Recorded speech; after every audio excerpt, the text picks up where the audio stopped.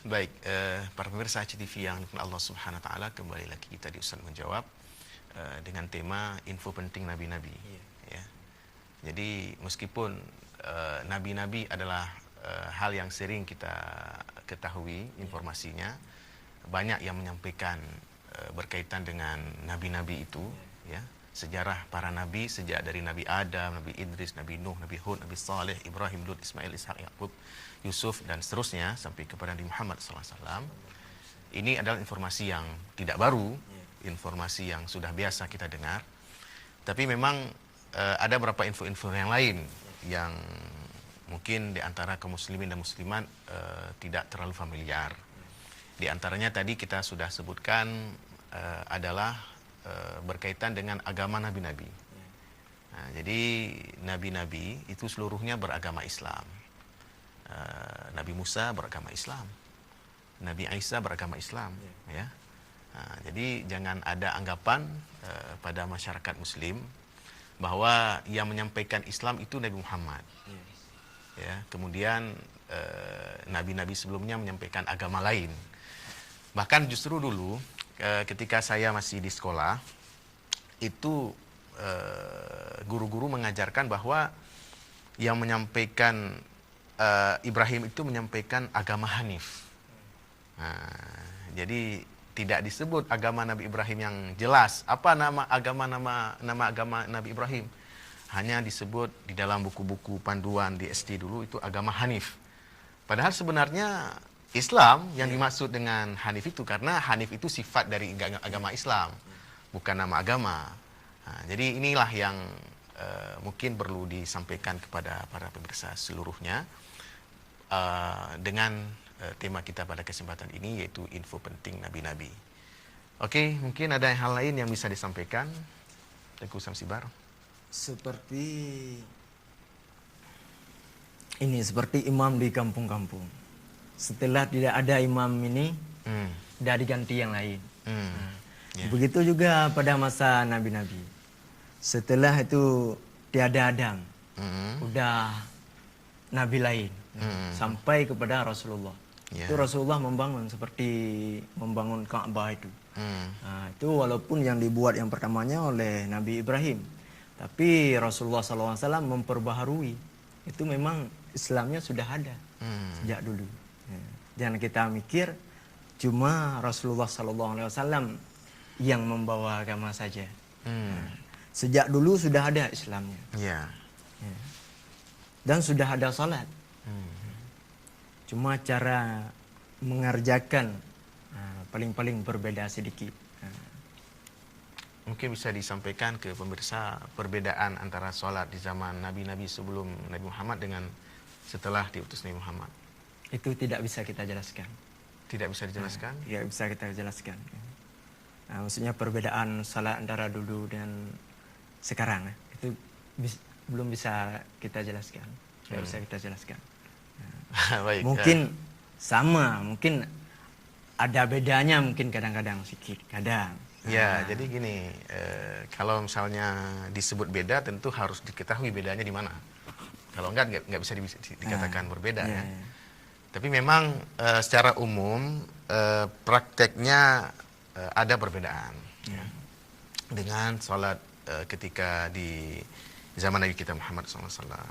Karena di zaman Nabi sebelumnya itu ada sholat yang hanya sekedar ruku saja. Jadi sholat ini yang dimaksud itu ruku gitu. Ada yang berdiri saja, itu sudah sholat. Ya, kemudian sujud saja dan seterusnya. Tapi ketika di zaman Muhammad itu sudah disempurnakan.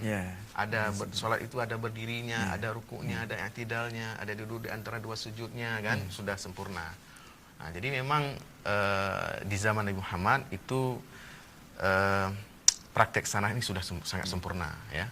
Misalnya contoh Nabi Sulaiman. Nabi Sulaiman itu meninggal dunia beliau itu dalam keadaan beliau sedang sholat.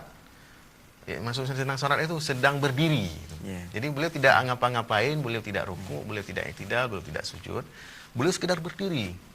Nah, dan masyarakatnya tidak tahu beliau sudah meninggal dalam keadaan sedang berdiri itu.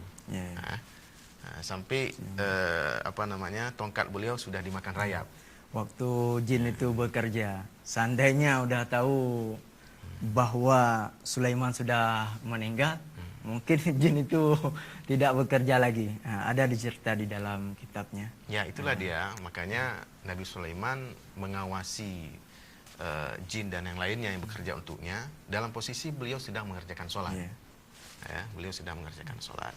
Jadi orang-orang jin dan yang lainnya itu menganggap Nabi Sulaiman itu masih mengawasi mereka, tapi sebenarnya karena mata beliau terbelalak begitu ya, beliau sedang berdiri dan seterusnya, dan beliau sebenarnya kemudian sudah meninggal dunia.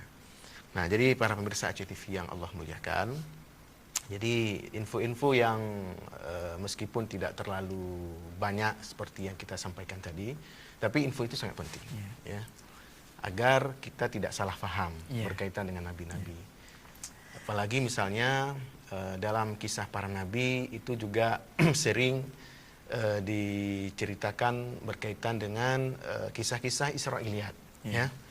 Jadi misalnya nabi di zaman Nabi Nuh alaihissalam itu ada orang yang tingginya sangat luar biasa tingginya, sampai apabila dia ingin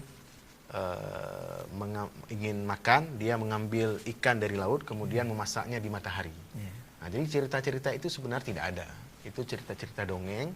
Nah, tapi kemudian karena kita tidak belajar sejarah secara benar, akhirnya cerita-cerita itu pun dipercaya.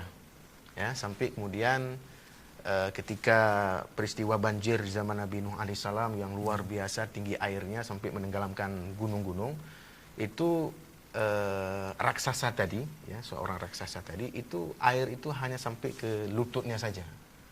Nah, itu cerita-cerita yang tidak benar, ya. Raksasa itu namanya Ush bin Unuq atau Ush bin Inak. Nah, tapi memang itu sangat populer di masyarakat kita.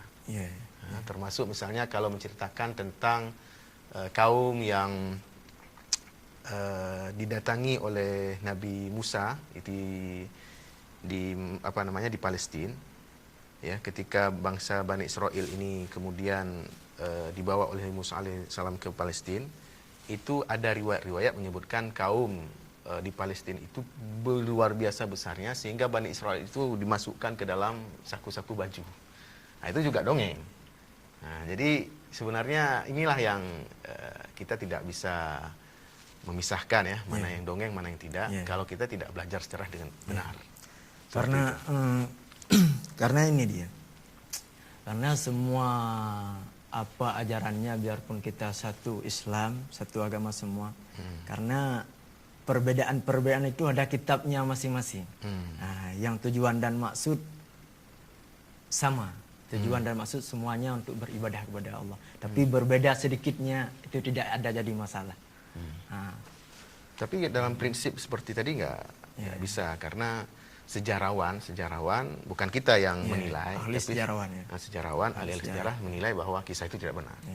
Jadi kisah benar itu bukan pendapat kita sekarang. Tapi misalnya kata Imam Ibnu Katsir, ya, dan kitab Al-Bidayah wa Nihayah, atau dalam tafsir Ibnu Katsir, beliau menilai bahwa kisah itu tidak benar. Ya. Kenapa tidak benar? Nah, itu berdasarkan riwayat yang sahih bahwa misalnya ketinggian Nabi Adam alaihissalam itu hanya 60 hasta. Ya, betul. Dan ketinggian umatnya itu makin lama makin berkurang setelah Nabi Adam alaihissalam. Nah, jadi tidak kemudian di zaman Nabi Nuh malah lebih tinggi dari Nabi Adam. Ya. Nabi Adam itu cuma 60 hasta, atau 60 hasta itu 30 meter lah, kalau diukur dengan meter, 30 meter. Masa kemudian ada keturunan Nabi Adam yang ketinggiannya luar biasa, ya, sampai kalau masak ikan itu memasaknya saja di matahari. Nah, ini dongeng-dongeng sebenarnya. Jadi yang menilai ini bukan kita, tapi ulama-ulama, sejarawan, ya. Seperti itu.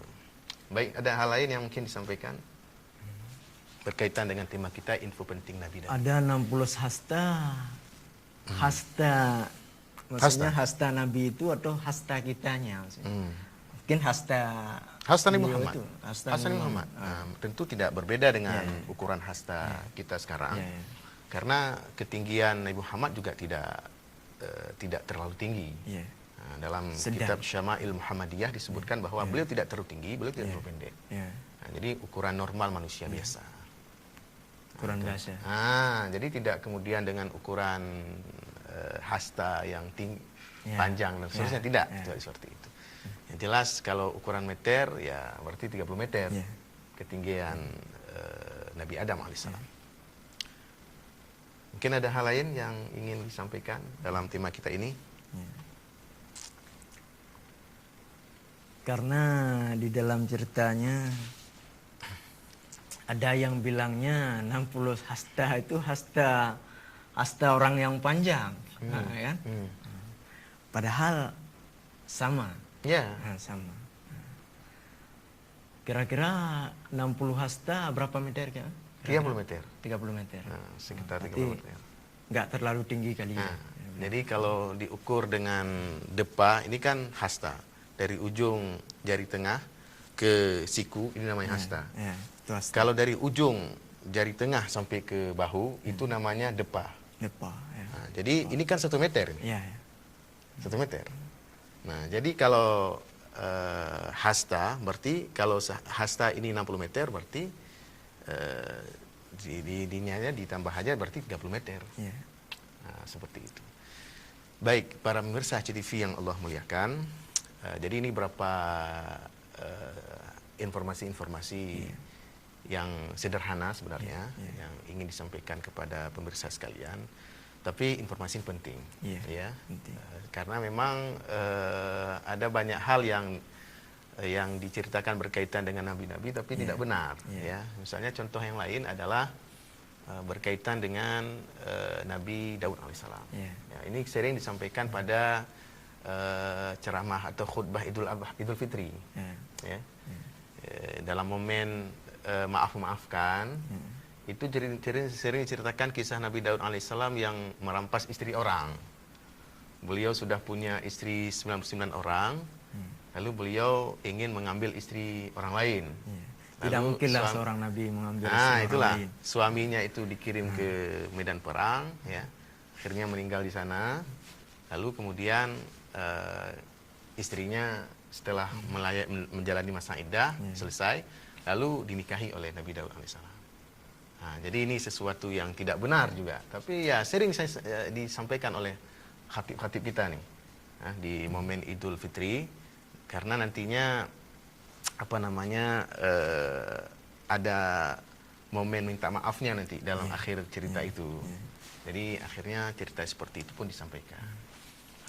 Jadi para pemirsa TV Allah muliakan, makanya ulama-ulama sejarah yang termasuk ahli hadis terkenal, yaitu Al-Imam Ibnu Katsir, dalam kitab beliau Qasasul Anbiya, beliau menseleksi kisah-kisah yang benar berdasarkan ayat dan hadis Nabi SAW, dan ada kisah-kisah yang tidak benar. Jadi tidak bercampur. Khawatir kita kalau yang bercampur seperti ini berbahaya bagi masyarakat. Jadi karena ada yang sekedar mendengar, ada yang langsung membaca langsung. Nah, itu beda-beda. Kadang-kadang ini cuma mendengar. Memikirnya udah betul begini, ternyata bukan begitu. Ada yang membaca langsung. Begitulah. Ya, baik para pemirsa HCTV Allah muliakan. Jadi info penting nabi-nabi ini adalah satu topik yang penting disampaikan. Terutama di era kita yang jauh dari nabi-nabi itu, di Muhammad SAW itu sudah 14 abad meninggalkan kita, sehingga kalau kita tidak mempelajari sejarah beliau, kita khawatir tidak ada lagi kecintaan kepada pribadi Nabi SAW.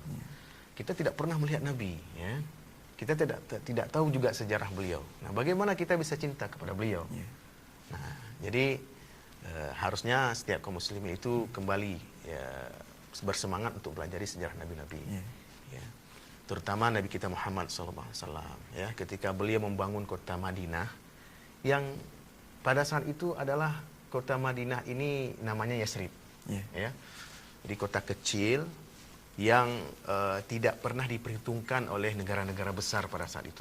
Romawi, Persia, itu tidak pernah melirik kota Madinah atau Yasrib ini. Bahkan penduduk Mekah juga, orang Abu Jahal, Abu Lahab, Umayyah bin Khalaf, Utbah bin Rabi'ah dan seterusnya. Setiap mereka datang ke Madinah atau ke Yasrib nama dahulu, mereka selalu mencemooh penduduk Madinah. Kenapa? Karena memang terbelakang. Pemikirannya terbelakang dari sisi agamanya, dari sisi sosial kemasyarakatannya, ya kan? Dari segala sisi penduduk Yathrib itu terbelakang. Meskipun sebenarnya kalau dari sisi ilmu saja misalnya, Mekkah dan Yathrib itu sama-sama terbelakang di zaman Nabi Muhammad itu, sebelum Nabi Muhammad memberikan pencerahan, ya, berdakwah dan seterusnya. Mekkah itu, mereka itu disebut orang yang ummi. La ya'lamuna al-kitab, tidak mengerti kitab. Karena memang tidak pernah diturunkan kitab suci apapun di Mekah di zaman itu. Tidak pernah diturunkan kitab suci apapun di Madinah. Jadi kalau dibandingkan dengan ahlul kitab, orang Yahudi dan Nasrani, itu penduduk Mekah dan Madinah itu jauh. Ilmu mereka tuh. Ya. Nah, tapi kemudian datanglah Nabi kita Muhammad SAW, beliau memberitahukan informasi-informasi yang berdasarkan kitab suci Al-Quran, maka penduduk Mekah dan Madinah kemudian mendapatkan pencerahan yang luar biasa. Di dalam kitab Al-Quran itu juga disebutkan kisah para nabi terdahulu. Nah, jadi mereka kemudian tidak lagi merasa minder ketika berhadapan dengan orang Yahudi. Orang Yahudi tahu cerita Nabi Adam, cerita Nabi Idris, Nabi Nuh, Nabi Hud, Nabi Saleh, dan seterusnya. Penduduk Mekah, Madinah juga tahu berdasarkan kitab suci Al-Quran. Nah, itulah makanya peradaban umat Islam hari ini itu harus bermula dari kegemaran untuk membaca. Terutama sekali adalah sejarah dari nabi-nabi itu. Karena pada masa nabi-nabi yang lain agak susah. Karena kalau masa Nabi Muhammad SAW, Rasulullah SAW, kalau misalnya ada perang, jadi turunnya ayat perang, jadi tidak susah. Langsung turun wahyunya. Kalau di waktu nabi-nabi yang lain tidak begitu, agak sulit, agak payah sedikit. Bisa ditambah? Oh, seperti itu, ya. Jadi